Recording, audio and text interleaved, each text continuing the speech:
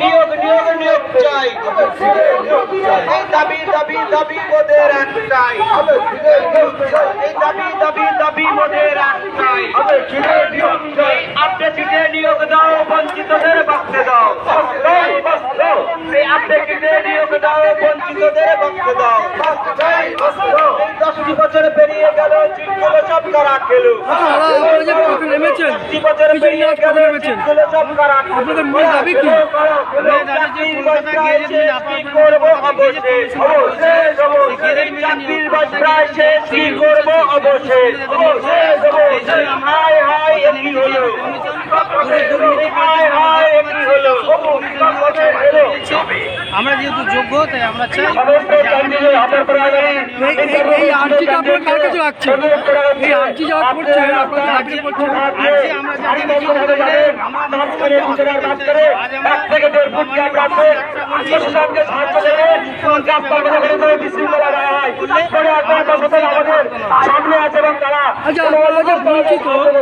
বঞ্চিত তাহলে বঞ্চিত আপনারা কেন সাহায্য কেন নেন না?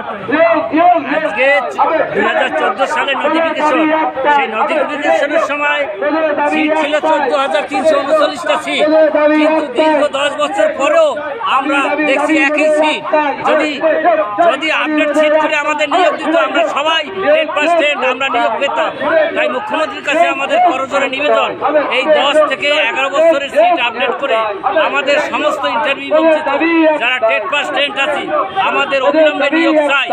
আমাদের এইভাবে আর কতদিন চলবে? আমরা 900 দিন যাবৎ ওখানে অবস্থান বিক্ষোভ করছি। আমরা শহীদ মিনারে পাদতলে, সেখানে হাজরার মূর্তির পাদে, সেখানে আমরা 900 দিন অবস্থান বিক্ষোভ করছি। আমরা অনেকবার আন্দোলন করেছি, ডেপুটেশন দিয়েছি, কিন্তু মাননীয় মুখ্যমন্ত্রী আমাদের দিকে কোনো তাকায়নি। আমরা এখনো পর্যন্ত চাকরি পাইনি। আমাদের বয়স অনেকেরই শেষ হয়ে গেছে, আমাদের দ্বিতীয়বারের পরীক্ষা দেওয়ার কোনো বয়স নেই। তাই মাননীয় মুখ্যমন্ত্রীর কাছে আমাদের বড়জোরে নিবেদন, আজকে 1463 জন ডিসপুট ক্যান্ডিডেট যদি চাকরি পেতে পারে, তাহলে আমরা তো ডিসপুট নই, আমরা তো লিগ্যাল ভাবে পাস করেছি, তো আমরা কেন পাবো না? আমাদের অনতি বিলম্বে আমাদের নিয়োগ দিয়ে বিদ্যালয় পাঠান, আমরা সব রাষ্ট্রে ধরতে চাই। এটাই আমাদের কাছে আমাদের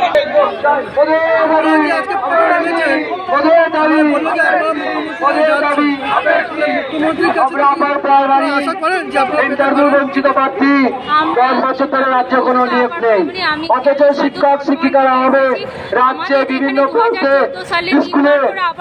স্কুল বন্ধ হয়েছে, শিক্ষক শিক্ষিকারা হবে। প্রশাসন সরকার কমিশনের কাছে করজোড়ে বিনীত অনুরোধ, আপনারা সিট আপডেট করে সমস্ত 10%কে অবিলম্বে নিয়োগ দিতে হবে। তাদের দাবি একটাই, যত সিট আছে দাবি একটাই, দাবি মোদের একটাই, জানাতে যাচ্ছি। দাবি মোদের এর আগেও শিক্ষামন্ত্রীর কাছে দাবি মোদের একটাই, বিভিন্ন দপ্তরে দাবি মোদের একটাই, কিন্তু আমাদের কোনো সুরাহা হয়নি। তাই আজকে আমরা দিদির কাছে এর হস্তক্ষেপ দাবি জানিয়ে নবান্ন যাতে আমাদের দিদি আমাদের কষ্টের কথা, এই বঞ্চনার কথা আমাদের শোনেন এবং আমাদের সুরাহা করেন, এই নরক যন্ত্রণা থেকে আমাদের মুক্তি দেন।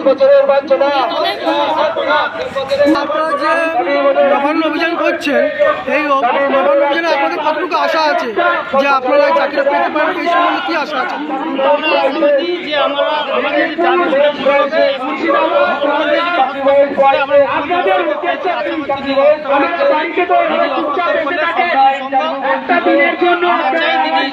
আমাদের যাবে